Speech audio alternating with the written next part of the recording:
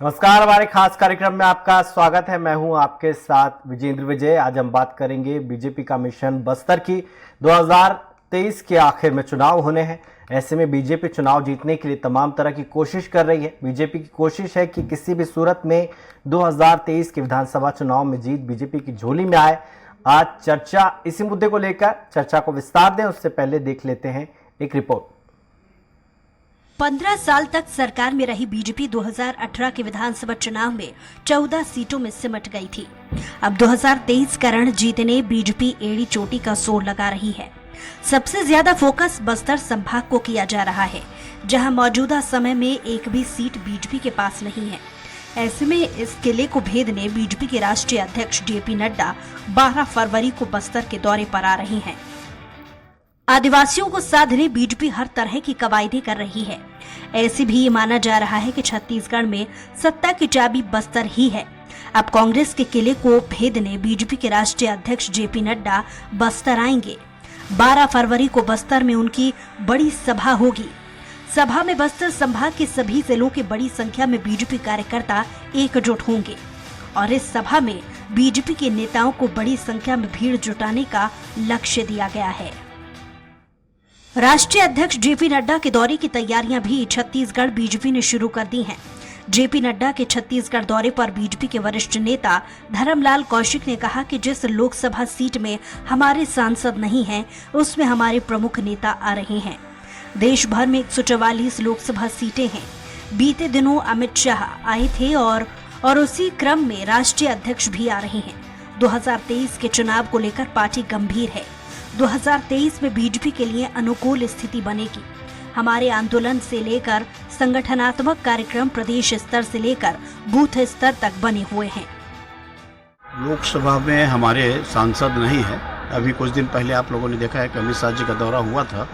इसी प्रकार से पूरे देश भर में जो 144 जो हमारे लोकसभा क्षेत्र है, उसमें हमारे प्रमुख नेता आ रहे हैं। इसी तारतम्य में हमारे राष्ट्रीय अध्यक्ष जी का प्रवास हुआ। दूसरी ओर जेपी नड्डा के दौरे पर कांग्रेस ने तंज कसा है। कैबिनेट मंत्री अमरजीत भगत ने कहा कि दीवारों में और लोगों के दिलों में लिखा है बीजेपी आरक्षण के खिलाफ में है। यहाँ आदिवासियों को आरक्षण मिलेगा तो बीजेपी को तकलीफ होगी।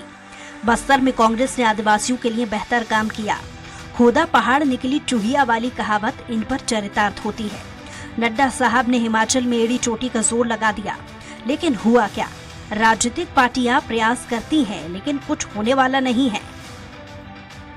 दीवारों में लिखा हुआ है, लोगों के दिलों में लिखा हुआ है कि भारतीय जनता पार्टी आरक्षण के खिलाफ में है।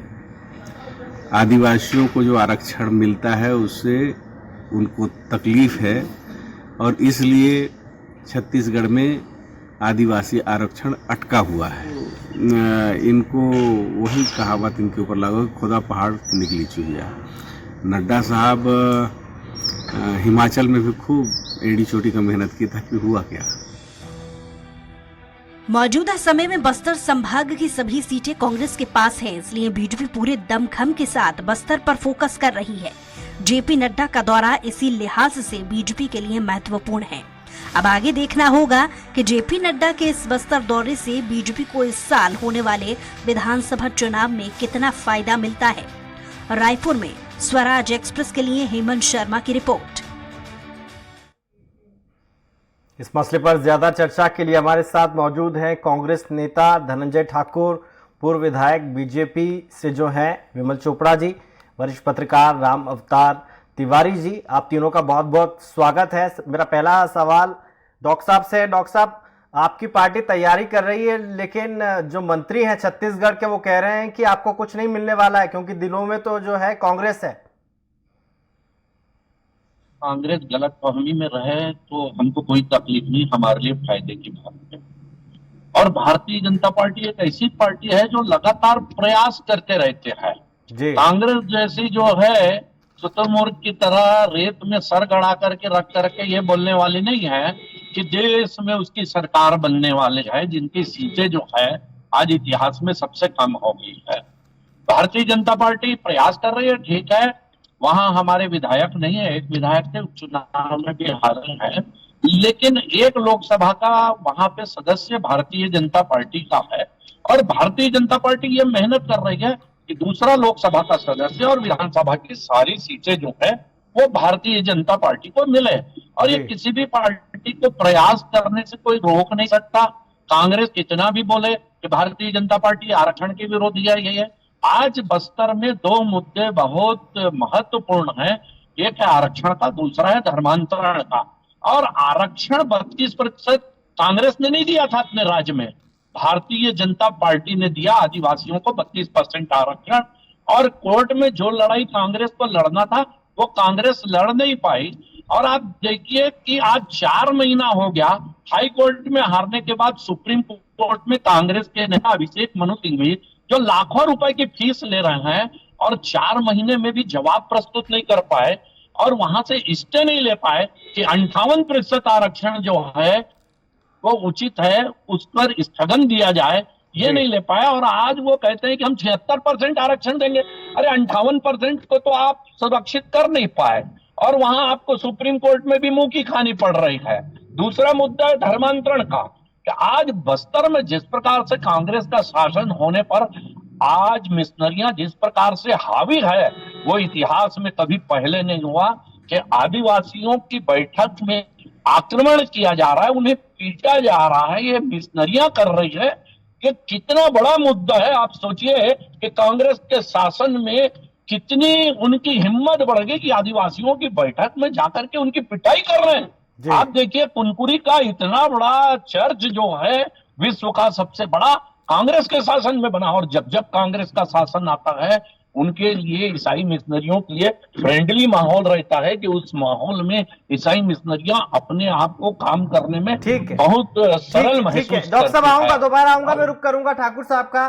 धनंजय जी, आपकी पार्टी कह रही है कि आप आदिवासियों के लिए आपने काम किए हैं, आपने तमाम योजना चलाई है, लेकिन आरक्षण का जो मसला है वो आप ही के कार्यकाल में हो रहा है, जो कि नहीं मिल पा रहा है उनको आरक्षण। तो जनता का गुस्सा तो आप पर भी निकल सकता है 2023 के विधानसभा चुनाव में।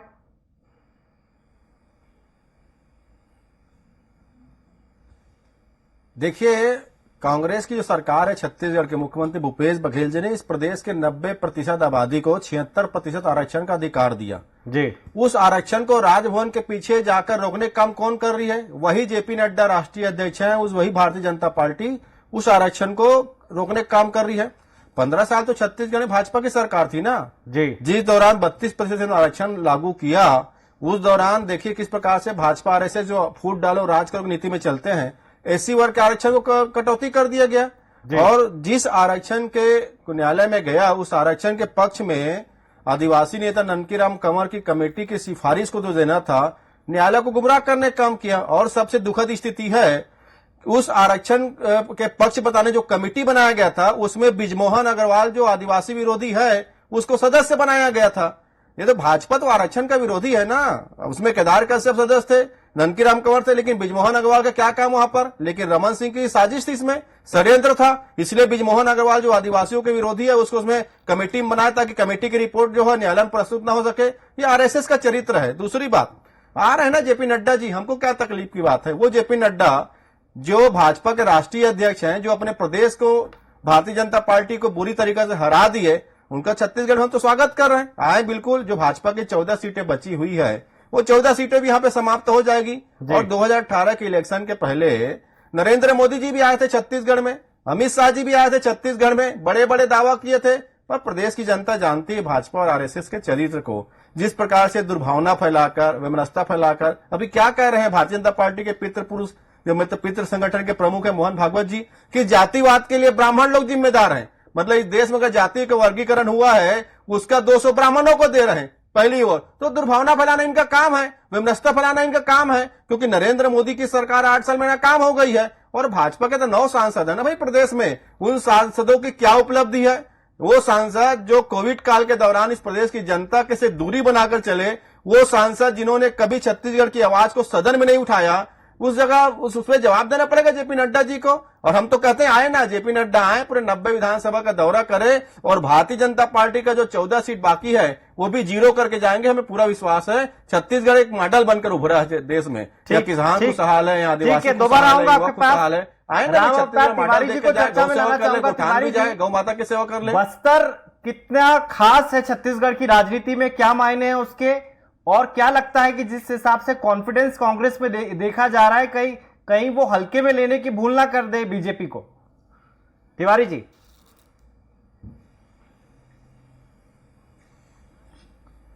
बस्तर और आदिवासी हर समय हर राजनीतिक दल के लिए महत्वपूर्ण रहा है, क्योंकि आदिवासी क्या संदेश दे रहे हैं और बस्तर जो पिछड़ा इलाका है वो क्या संदेश दे रहा है, और कौन सी पार्टी ने कितना बस्तर में काम किया है वो दिखता भी है। उनका समीकरण क्या है, उनकी योजनाएं किस तरह है, और उनके कार्यकर्ता का मनोभाव क्या है, और आम जनता ने कितना स्वीकार किया है, ये सब चीज बस्तर में दिखाकर एक तरह से ये बताने की कोशिश करती हैं पार्टियां कि आदिवासी हमारे साथ हैं। जिस आदिवासी को राजनीति में और सरकार में महत्वपूर्ण स्थान दिया जाता है वो इसलिए कि आदिवासियों का विकास हो, इन आजादी के बाद जिस गति से विकास होना चाहिए था वो नहीं हो पाया, इसलिए वहां पर हमने विकास किया है, ये दावे कर पाए। हम आदिवासियों की ज्यादा सीट लाए हैं, ये दावे कर पाए। तो दोनों पार्टियों के मुख्य एजेंडे में बस्तर रहा है, क्योंकि बस्तर में सीटें भी बहुत है। अगर आप धमतरी से आगे निकल के पूरे नेशनल हाईवे बस्तर तक जाएं, बस्तर संभाग में, तो एक निर्णायक भूमिका में बस्तर की सीट रहती है। और वो आदिवासी इलाका, पिछड़ा इलाका होने के बावजूद भी वो इलाका जो निर्णय लेता है वो बेहद ही महत्वपूर्ण रहता है, चाहे वो आपातकाल में हो, चाहे 77 में हो, चाहे कोई भी सरकार हो। लोकसभा और विधानसभा में देखिए छत्तीसगढ़ में जो हुआ, तो इस तरह से बस्तर में जो आदिवासी हैं उन पर डोरा डालने की कोशिश दोनों पार्टियां कर रही हैं। तो राष्ट्रीय अध्यक्ष का ये दौरा जो है वहां पर अपनी कमजोर सीट और कमजोर स्थिति है उसमें एक कार्यकर्ताओं में मनोबल डालने, आम जनता में विश्वास पैदा करने, वो एक राजनीतिक नेताओं के दौरे होते हैं, प्लानिंग होती है और मीटिंग होती है। तो वही सब वहां पर होगा, मीटिंग होगी, सभा होगी, जनता को विश्वास दिलाने की कोशिश होगी, और वहां पर क्या कमजोरी है पार्टी के भीतर की और सरकार क्या कर रही है, ये सब चीज देखने के फीडबैक लिए एक तरह से आ रहे हैं, क्योंकि चुनाव धीरे धीरे करीब आ गए हैं। नेताओं के दौरे और कार्यक्रम अब तेजी से बनेंगे। तो एक राजनीति में चुनाव के दौरान जो एक प्रक्रिया रहती है, वही प्रक्रिया का एक हिस्सा है राष्ट्रीय अध्यक्ष का वहां पे दौरा। ठीक है, मैं रुक करूंगा विमल जी का। विमल जी, कांग्रेस पार्टी कह रही है कि जेपी नड्डा अपने खुद के होम स्टेट में हार गए हैं, अगर वो छत्तीसगढ़ आ रहे हैं उनका स्वागत है, यहां जितने 14 विधायक है वो भी हारने वाले हैं।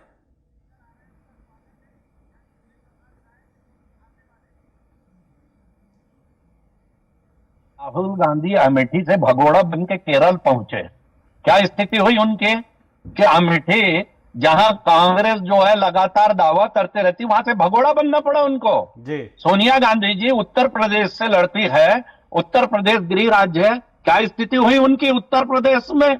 क्यों नहीं? उससे तो बहुत अच्छी स्थिति हिमाचल में है भारतीय जनता पार्टी की। आज देख लीजिए खड़गे जी जहां से सांसद हैं वहां क्या स्थिति है कांग्रेस की, जो कांग्रेस के अध्यक्ष हैं।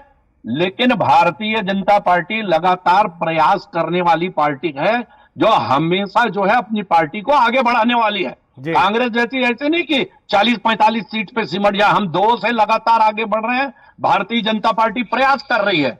अभी धनंजय सिंह जी बोल रहे थे कि कमेटी गठित हुई थी नंदकीराम जी कंवर की, कमेटी की रिपोर्ट पढ़े हो क्या? पढ़े? ब्रिजमोहन अग्रवाल जी उसमें से आदिवासी विरोधी कह रहे हैं, उस कमेटी ने क्या लिखा पढ़े हैं वो कि आदिवासी विरोधी अपने मन से कह रहे हैं, मन में लड्डू फूट रहे हैं और कह रहे हैं कि वो आदिवासी विरोधी है करके। उस रिपोर्ट में बता रहा हूं ना। अरे आप बता दीजिए ना क्या लिखे थे, आप बता दीजिए, आप तो पढ़े होंगे। बता रहा हूं ना।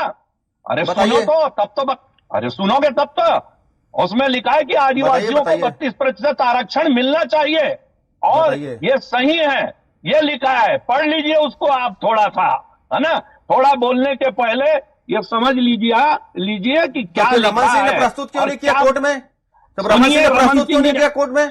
सुन तो लो सुनिए ना विमल जी, सुन लो। विद्वान पुरुष अरे जी सुनिए, सुन लो। विद्वान पुरुष जी सुनिए ना। सुन लो। तो फिर रमन सिंह ने 4 क्यों साल प्रस्तुत तक किया आप कोर्ट क्या में? छील रहे थे? मत 4 विद्वान साल तक नेता आप जी, रिपोर्ट नहीं रख विद्वान सके। पुरुष जी, तो 4 रमन सिंह ने साल क्यों तक प्रस्तुत जो नहीं है, किया? 4 साल छोड़ तक आप दीजिए, क्या कर रमन रहे सिंह ने थे? क्यों प्रस्तुत अरे नहीं आप किया क्या कोर्ट कर में? रहे थे? अरे भूपेश अरे बघेल जी सुनिए ना, क्यों नहीं आप जब प्रस्तुत लिखे किए? थे तो रमन सिंह ने क्यों प्रस्तुत नहीं किया? अरे सुनिए तो भूपेश बघेल जी ने क्यों नहीं अरे प्रस्तुत रमन किया? सिंह ने प्रस्तुत क्यों नहीं? क्योंकि भूपेश उनको बघेल ने आरक्षण 76% दे दिया। 32% भूपेश बघेल जी ने 76% दे दिया। भूपेश बघेल जी ने 76% दे दिया। दिया है, सुन लीजिए। और भूपेश तो क्यों बघेल प्रस्तुत नहीं विरोधी किया कोर्ट आरक्षण में? थे। रमन इसलिए सिंह को भूपेश किसने बघेल रोका प्रस्तुत करने का? नरेंद्र वो मोदी जी ने भूपेश मना किए थे। बघेल- अरे भूपेश बघेल को सोनिया गांधी रमन सिंह मना ने किया उसको प्रस्तुत कि मत क्यों नहीं देखो किया? करके। बताओगे मेरे को? इसलिए 4 साल तक भूपेश बघेल वो तो उस 76 रिपोर्ट पर को दबा नहीं के मना रखे। किया। सोनिया गांधी जी कहने में सोनिया 76% गांधी जी दिए। ने मना किया। सोनिया राहुल गांधी जी ने कहने मना में किया 76% कि मत आरक्षण देखो। दिए भूपेश बघेल जी ने। और आज सोनिया 4 गांधी जी महीने कहने से में भूपेश बघेल जी ने आपके 76% सिंघवी दिया। जी क्या कर क्या रहे हैं? नरेंद्र मोदी जी ने मना किया था सिंघवी रमन जी सिंह क्या को? कर रहे हैं? अरे सिंघवी जी को लाखों रुपया दिए, वो क्या सोनिया कर रहे हैं? गांधी 3 कहने में महीने तो से 76% जवाब आरक्षण प्रस्तुत- मिला है। अरे 3 महीने से जवाब प्रस्तुत नहीं कर पा रहे हैं। अरे लाखों बृजमोहन रुपया अग्रवाल फीस को दे विरोधी रहे हैं। क्यों शामिल किया उसमें तो उसमें? जाइए, आरक्षण अरे विरोधी बृजमोहन अग्रवाल अभिषेक आदिवासी मनु विरोधी को क्यों सिंघवी शामिल ने किया अपनी उसमें? बारी का इंतजार और रमन कीजिए। सिंह ने आप जब कौन आप कह रहे हैं जवाब जब दीजिएगा उसका। आप कौन जब सा कह रहे हैं कि बताइए आरक्षण आदिवासी लिखा था तो विरोधी रमन सिंह ने करके। प्रस्तुत क्यों नहीं किया? क्या मोहन भागवत और नरेंद्र मोदी ने मना किया था? सोनिया जी के कहने में तो राहुल भूपेश बघेल ने 76% दिया।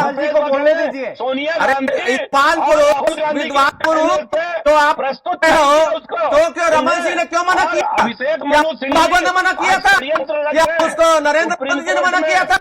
सुप्रीम कोर्ट जैसे में आज बोल अभिषेक रहे हैं मनु ना सिंघवी आपके षड्यंत्र रच वो रहे हैं। पितृ पुरुष ये भागवत जी आरक्षण कि नहीं जातिगत होना के लिए चाहिए। पंडित लोग जिम्मेदार हैं। आप जो है आप आरक्षण की आप तो मेरे बात में फंस गए। जो आरोप आप लगा रहे हैं, जो विद्वान पुरुष, वो विद्वान पुरुष, क्या आप में जितना विद्वता है क्या रमन सिंह आरोप को आपकी पार्टी पर आपकी सरकार पे लगा रहे हैं? हैं?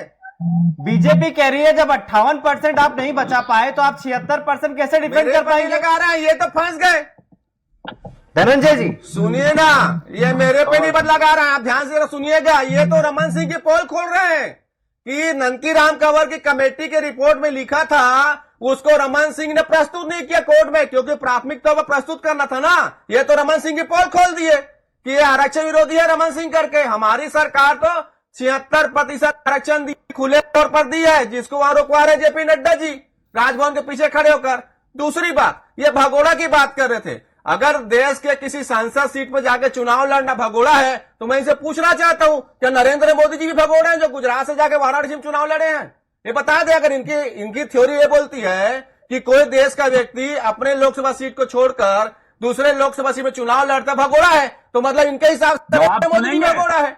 ये तो अब जवाब सुनेंगे। कितना राजनीतिक सोच है, अब जवाब राजनीतिक सोच है। हमारा नरेंद्र मोदी जी भगोड़ा है जो गुजरात छोड़कर उत्तर प्रदेश जवाब चुनाव लड़ने सुनेंगे। गए। ये भाजपा नेताओं की ये मानसिकता सोचिए। दूसरी बात हमने कहा ना, आए ना जेपी नड्डा जी आए, अरे सुन लीजिए ना। अरे आप तो नरेंद्र मोदी जी को भगोड़ा घोषित कर दिए। विमल चोपड़ा जी पूरा चैनल भाजपा नेता देख रहे होंगे कैसे विमल चोपड़ा ने नरेंद्र मोदी जी को भगोड़ा घोषित कर दिया, कैसे नरेंद्र मोदी जी को भगोड़ा घोषित कर दिया विमल चोपड़ा ना। सुनिए ना, अब ये कुछ भी सफाई दे, इन्होंने नरेंद्र मोदी जी को भगोड़ा साबित कर दिया क्योंकि वो गुजरात छोड़ के उत्तर प्रदेश में जाके चुनाव लड़े हुए हैं। सुन लीजिए ना। अरे नहीं माने तो आपका पसीना निकाल दिया।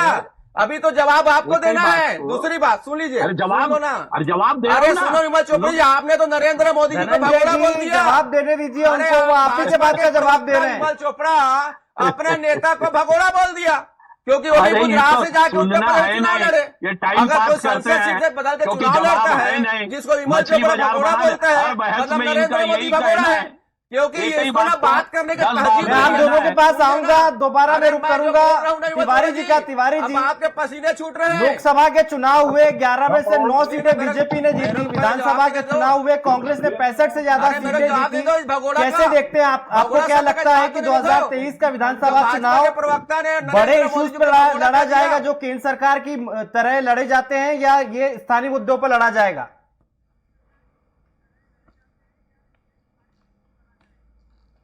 तिवारी जी, केंद्र के चुनाव अलग होते हैं, वो राष्ट्रीय मुद्दे पे होते हैं। लोकसभा चुनाव जो है एक तरह राष्ट्रीय मुद्दे पर हुए थे जी।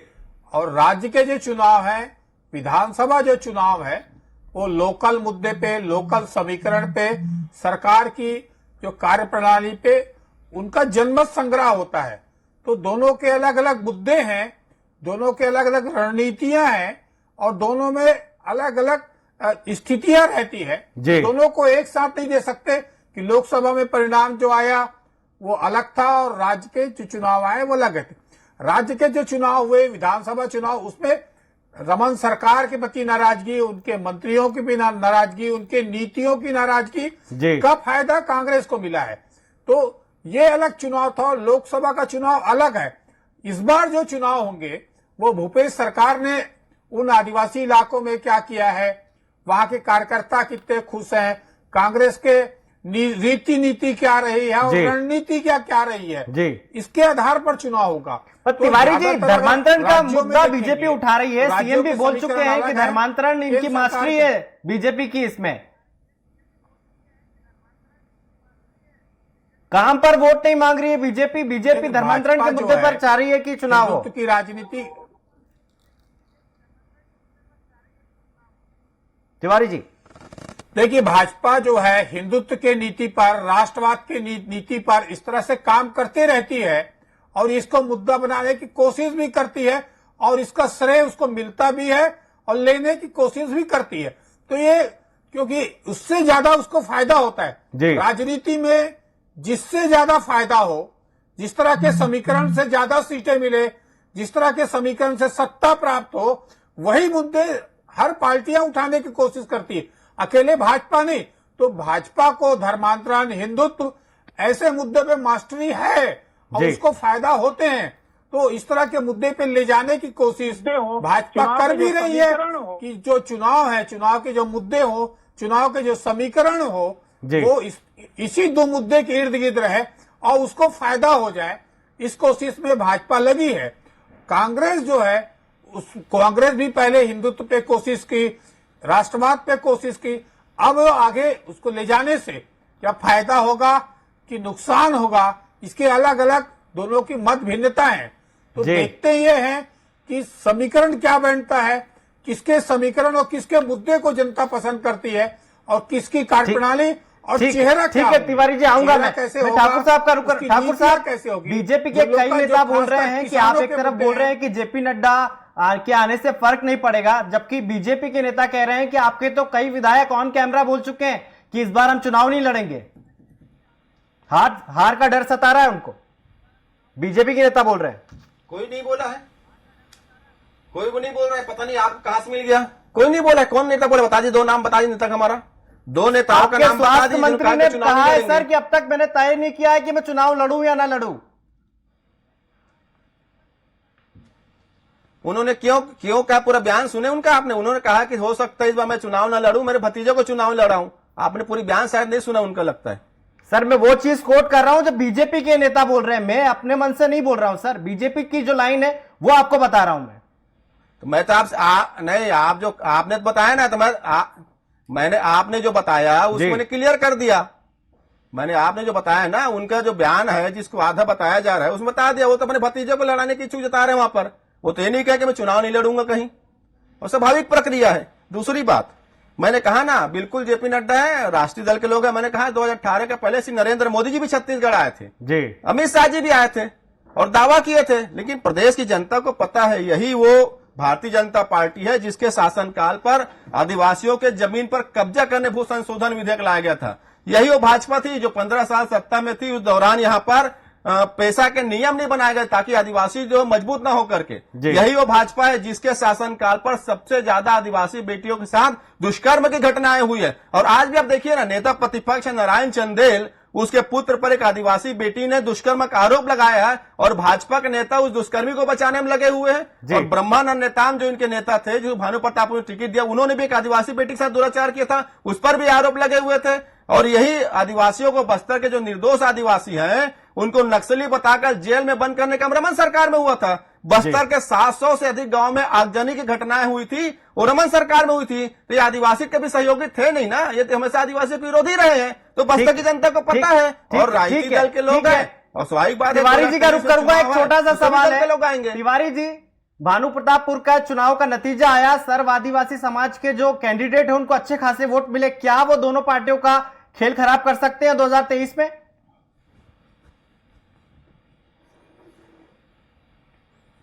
देखिए, अभी इसकी सुगुगाहट है कि सर्व आदिवासी समाज इस चुनाव लड़ सकती है। अगर चुनाव लड़ती है तो निश्चित तौर पर समीकरण बदल सकते हैं और रणनीतियां बदल सकती है और जो वोट कांग्रेस को मिलते हैं जी, वो वोट अगर बंटवारा होता है, क्योंकि ऐसा माना जाता है जी कि आदिवासियों के ज्यादातर वोट कांग्रेस को मिलते हैं या कांग्रेस के समर्थक ठीक है सर, आपका बहुत बहुत शुक्रिया हमारे साथ जुड़ने के लिए। हमारे साथ कांग्रेस से थे धनंजय ठाकुर जी, वरिष्ठ पत्रकार राम अवतार तिवारी जी हमारे साथ जुड़े हुए थे, बीजेपी से डॉक्टर विमल चोपड़ा हमारे साथ जुड़े हुए थे। आप तीनों का बहुत बहुत शुक्रिया चर्चा में शामिल होने के लिए। बीजेपी ने विधानसभा चुनाव में जीत के लिए अभी से कमर कस ली है। पिछले चुनाव में बस्तर में मिली हार से सबक लेते हुए बीजेपी इस बार कोई कोताही नहीं बरतना चाहती है। वहीं कांग्रेस के हौसले 7वें आसमान पर है, उसे अपने छत्तीसगढ़ मॉडल पर पूरा भरोसा है। ऐसे में देखना दिलचस्प होगा कि जनता को अपने पाले में लाने के लिए बीजेपी कांग्रेस में से कौन कामयाब होगा। इसी के साथ खास चर्चा में इतना ही। तमाम खबरों के लिए आप देखते रहिए स्वराज एक्सप्रेस। नमस्कार।